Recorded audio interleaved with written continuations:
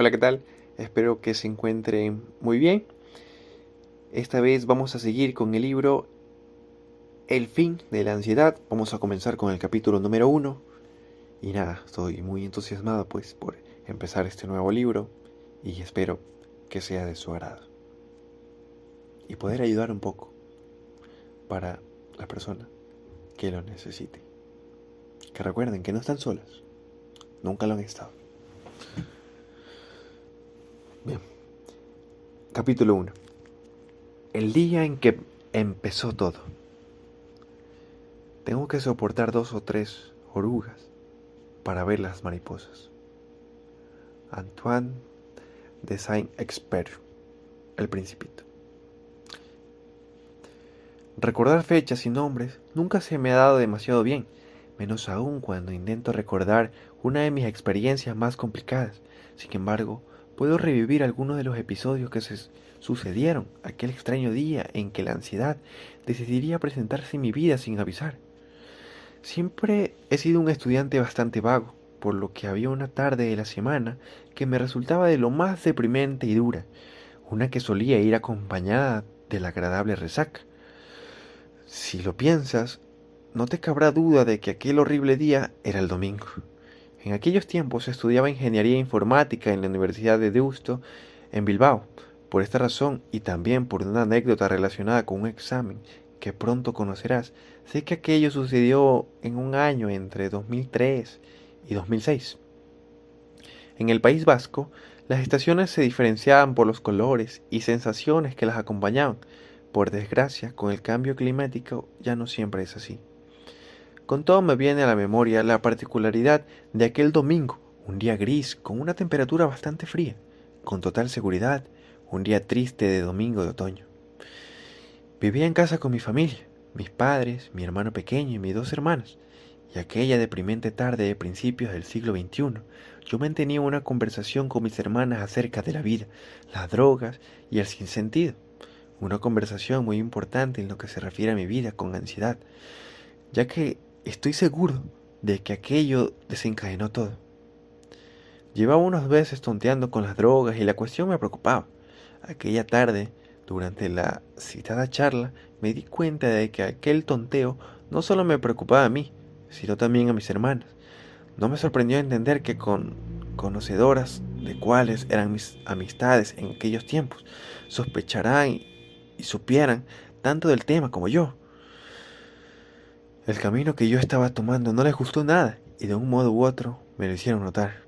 Tras aquel diálogo no me quedó otra opción que agachar la cabeza, aceptar que estaba yendo a la deriva y reconocer que necesitaba un cambio. Poco más tarde me quedaría solo en casa y fue en aquella soledad cuando algo nuevo comenzó a brotar dentro de mí, algo que trataría de decirme que no solo estaba fallándole a mi familia, sino también a mí mismo.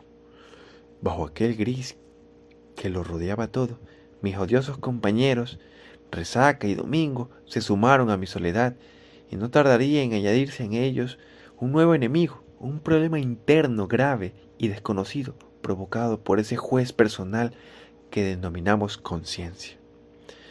Durante aquel intercambio de pensamientos con mis hermanas, observé solo una intensa desaprobación en sus ojos, pero había algo más, una especie de amor acompañado de miedo.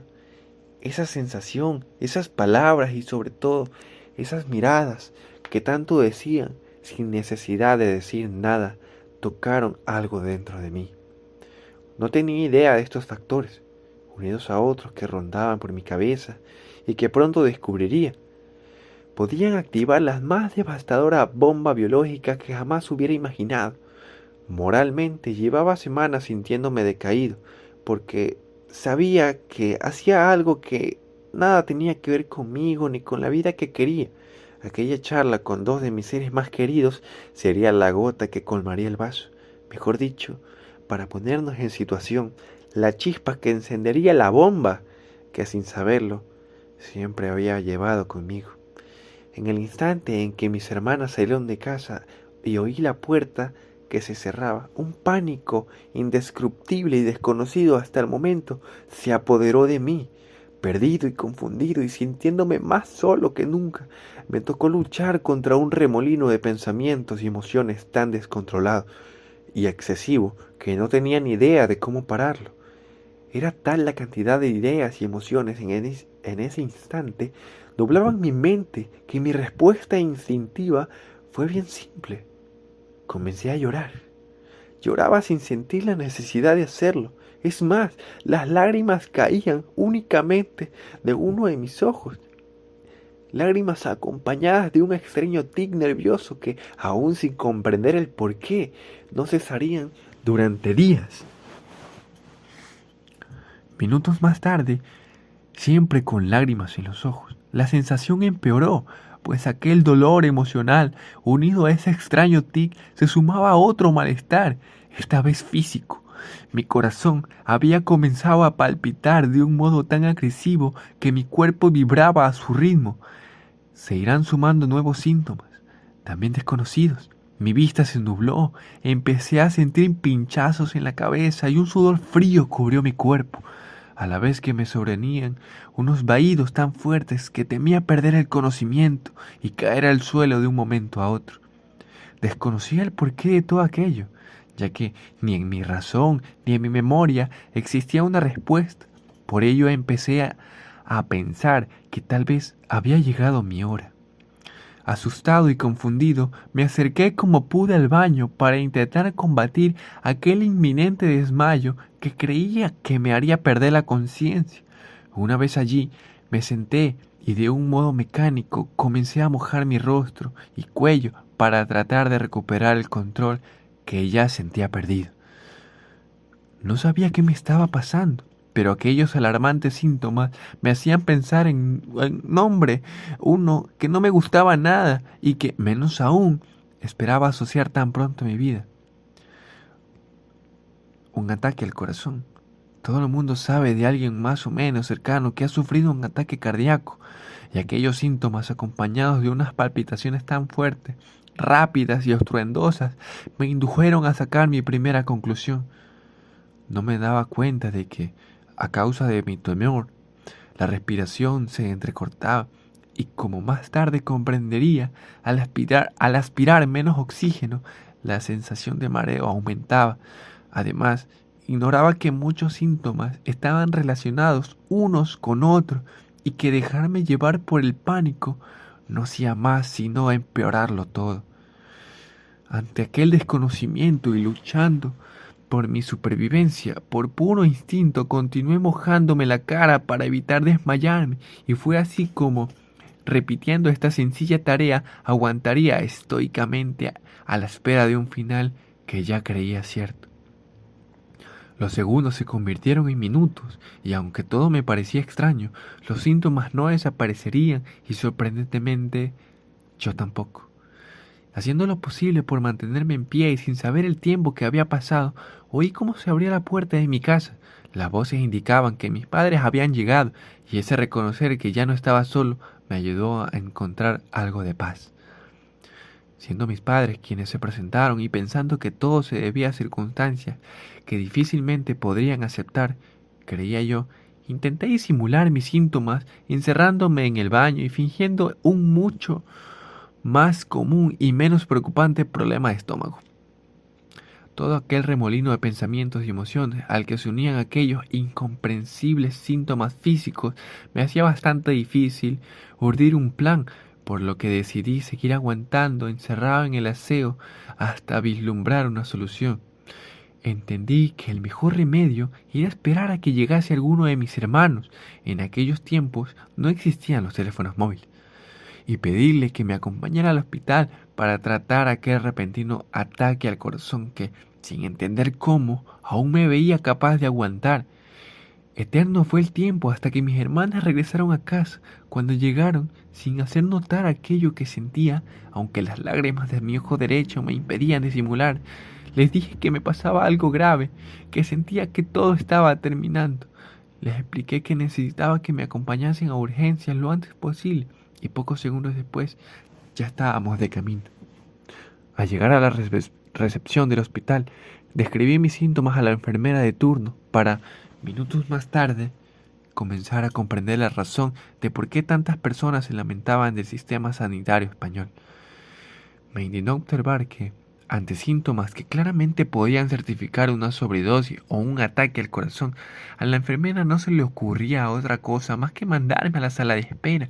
No llegaba a comprender cómo podían hacerme esperar ante manifestaciones físicas tan alarmantes. Así que hice mío el dicho que mal estábamos en España. Varios minutos después, todavía algo molesto por a mi modo de beber, espera innecesaria, la misma enfermera me indicó que podía pasar a filas. Un médico me estaba esperando. Tras entrar a la habitación que me indicaron, vi que me estaba esperando una doctora, inconfundible por su bata blanca y un pequeño aparato que yo ya conocía denominado estetoscopio. Comprender que iban a realizarme pruebas tan importantes con un objeto tan pequeño y a mi parecer de todo inútil para tratar el problema ayudó a confirmar mi teoría sobre el sistema sanitario. Por fortuna, pronto advertí que la médica, al darse cuenta de que se disponía a tratar algo tan grave con un objeto tan simple y de que la situación podía ser más preocupante de lo que inicialmente había pensado, se ausentó un instante y regresó con un aparato mucho mayor y más adecuado para tratar mis síntomas, un electrocardiograma. Supuso que, al observar que mi corazón no se andaba con bromas, habían decidido hacerme pruebas serias. Este cambio me ayudó a tranquilizarme.